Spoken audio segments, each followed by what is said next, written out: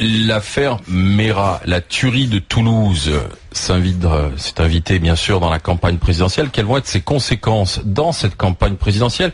Écoutez hier Marine Le Pen. Combien de Mohamed Merah dans les avions, les bateaux, qui chaque jour arrivent en France remplis d'immigrés?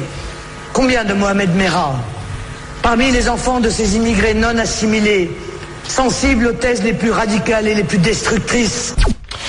Alors, est-ce que ça va profiter à Marine Le Pen, cette affaire, ou au contraire au président de la République qui a géré, comme on dit, le cas Mera avec l'ensemble des forces de police et son ministre de l'Intérieur? 3216 rmc.fr. En tout cas, Marine Le Pen, effectivement, a bien compris que c'était une façon pour elle de relancer sa campagne, qui était un petit peu en perte de vitesse.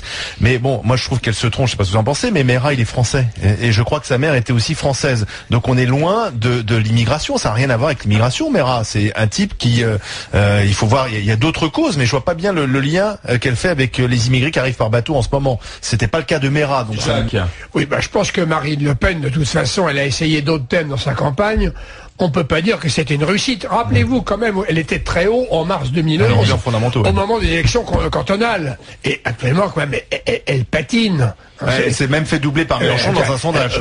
Combien de fois on avait entendu, vous allez voir, Marine Le Pen va être au deuxième tour, ou vraiment, ou au pire. Plus personne ne pense.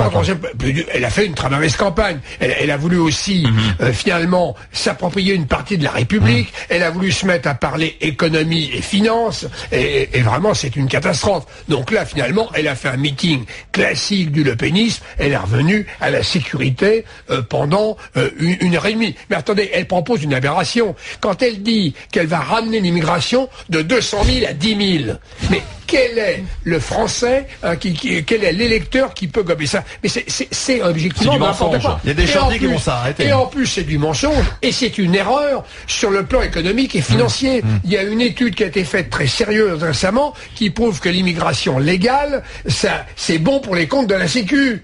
Et je trouve pas qu'elle ait fait une mauvaise campagne, franchement. Ben oui, mais attends, moi je te donne un élément sérieux. Oui, non, mais tu as raison là-dessus, sur le fond. Sur le fond, et nous en avons besoin. Tu as raison, mais je suis d'accord avec toi sur le fond, bien moi, sûr. Je trouve qu'elle fait une très mauvaise campagne. Alors, moi, je ne trouve pas, simplement ce qui est rassurant. Et rendez-vous dans un mois. Elle ne fait pas une mauvaise campagne, simplement, heureusement, il n'y a qu'un pourcentage de la population assez faible qui adhère à ces thèses. C'est tout à fait différent.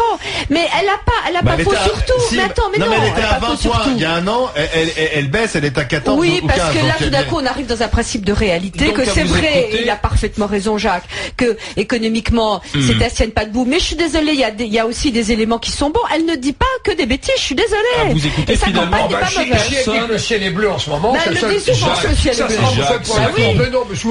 Mais non, elle a des jugements. Qu'est-ce qu'elle propose concrètement, même sur les problèmes de sécurité? Elle ne propose strictement rien. Je suis d'accord avec toi.